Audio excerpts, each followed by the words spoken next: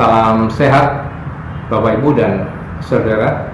Selamat bertemu kembali dan selamat tahun baru 2021. Ini adalah video saya yang pertama untuk tahun 2021. Mungkin setelah berhenti beberapa lama di akhir tahun 2020 yang lalu karena banyak kesibukan yang harus saya lakukan. Sekarang kita bertemu lagi dan kali ini saya membahas atau ingin mengomentari seputar kasus Jiwasraya. Pada harian Kompas hari ini, Selasa 19 Januari 2021, dimuat di halaman 5 satu halaman penuh tentang pernyataan sikap ya, dari Forum Korban Bancassurance PT Asuransi Jiwasraya Persero BUMN. Nah, saya sedikit surprise ya, ternyata sekian banyak korban dari praktek atau malpraktek tepatnya asuransi dari PT Jiwasraya ini ternyata belum juga terselesaikan. Dan saya ingin memberikan salut ketika bisa terjadi forum semacam ini, artinya para korban bisa menyatu sehingga dengan demikian suaranya bisa jauh lebih bulat di dalam memperjuangkan hak-hak ekonominya. Ya, seringkali kalau terjadi kasus-kasus semacam ini, korbannya bergerak sendiri-sendiri, ya, dan karena itu suaranya lemah. Tapi dengan ini, saya kira ini dapat diteladani, terbentuk suatu forum korban demikian, dan kemudian menyuarakan bersama-sama. Tetapi yang saya mau ingatkan adalah seberapa solid nanti forum ini. Jangan sampai nanti ada langkah-langkah penyelesaian yang bersifat satu demi satu gitu ya, kemudian forum ini menjadi bubar sehingga tidak solid lagi. Nah, saya berharap bahwa model seperti ini, kalau ada korban-korban dari praktek-praktek dari lembaga keuangan ya, baik itu perbankan maupun lembaga keuangan non-bank, asuransi dan sebagainya, korbannya itu bisa menyatu semacam ini. Termasuk di dalamnya korban-korban dari koperasi simpan pinjam yang juga tidak sedikit. Ya, saya mengharapkan bisa terbentuk forum-forum yang kompak lalu menyuarakan bersama-sama dan suaranya tetap terpelihara di dalam kebulatan atau kesatuan yang solid ya, sehingga suara di dalam memperjuangkan hak-hak atau kepentingan ekonominya itu jauh bisa lebih powerful ya, lebih berkekuatan ya, lebih efektif ya. Nah, di dalam kaitan dengan ini yang hal yang kedua yang saya mau garis bawahi adalah ini merupakan suatu sungguh-sungguh peringatan yang sangat serius bagi Bapak Ibu dan Saudara yang menjadi nasabah-nasabah dari perusahaan-perusahaan asuransi yang lain ya. Bayangkan kalau PT Jiwasraya ini adalah Persero BUMN, ternyata sulitnya seperti ini untuk mengklaim kembali hak dari korban ini. Ya, bayangkan kalau itu perusahaan swasta akan jauh lebih sulit lagi. Ya, ini yang sifatnya Persero saja BUMN, yang artinya modalnya dan kepemilikannya adalah milik negara. Dalam hal ini pemegang sahamnya adalah Menteri BUMN, mungkin juga Menteri Keuangan, yang seharusnya bonaviditasnya jauh lebih terjamin. Kenyataannya demikian banyak korban sampai dengan detik ini belum terselesaikan.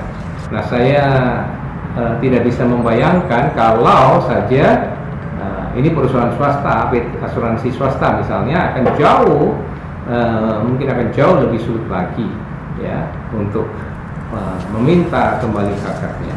Yang ketiga adalah inilah bentuk malpraktek ya, atau penyimpangan dari asuransi. Ya, sekali lagi asuransi itu core bisnisnya seharusnya pertanggungan. Ya, tapi ini ternyata ada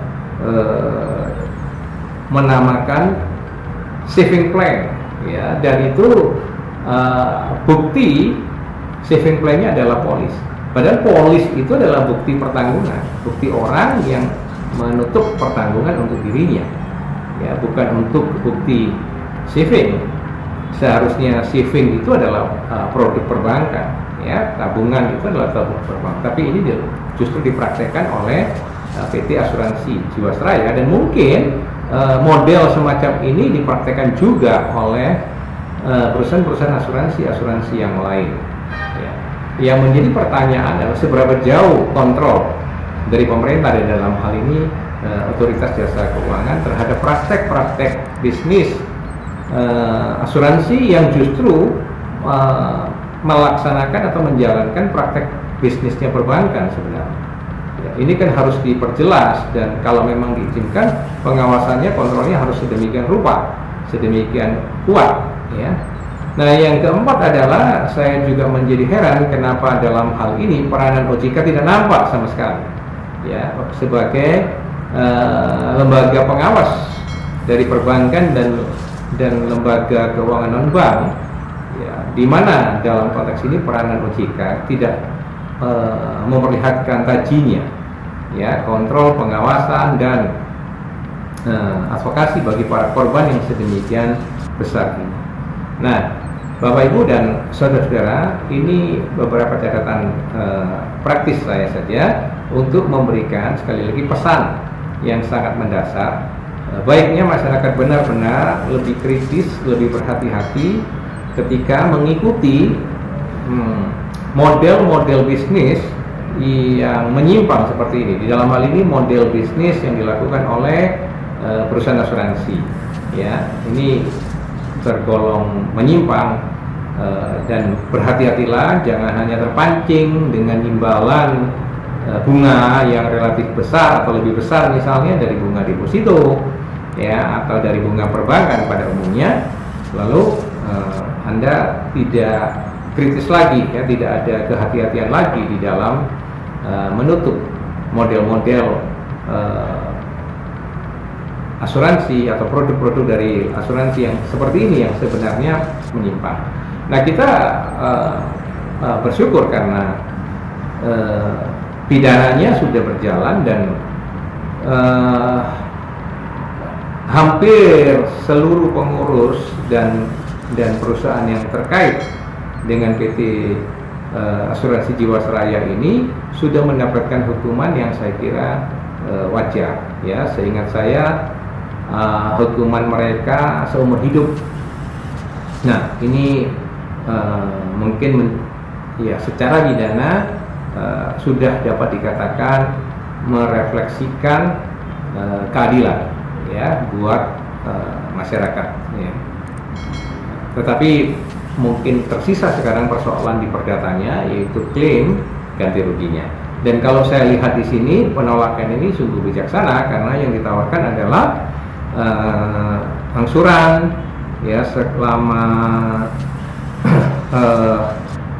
berapa ini, belasan tahun, lalu ada malahan dipotong, ya, dipotong pemotongan pokok sebesar 29 sampai 31%, gitu.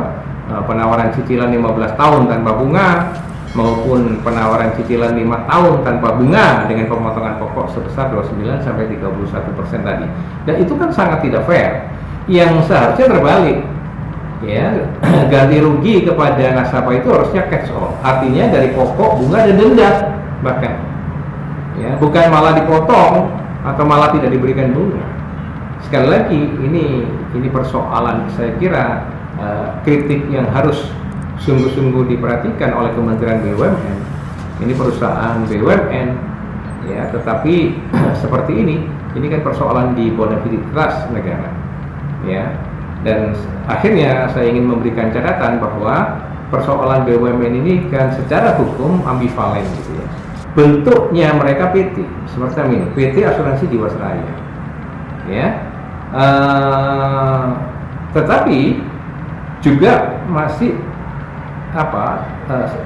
secara prinsip, gitu, ya, pertanggungjawabannya adalah masih dikontrol oleh negara, dan seperti yang kemarin kita lihat, para pengurusnya dan perusahaan-perusahaan yang terkait, ya, itu dipersalahkan dengan undang-undang korupsi, ya, dijerat dengan pidana korupsi. Ini kan sebenarnya dalam konteks hukum terjadi dualisme, ya, mereka ini PT di satu sisi, atau mereka ini merupakan bagian dari institusi usaha negara. Ya, ini kan ambivalen ini. Ya, nanti di dalam praktek komersialnya bersikap bertindak seperti PT, tetapi pertanggungjawabannya nanti terkenanya pidana korupsi.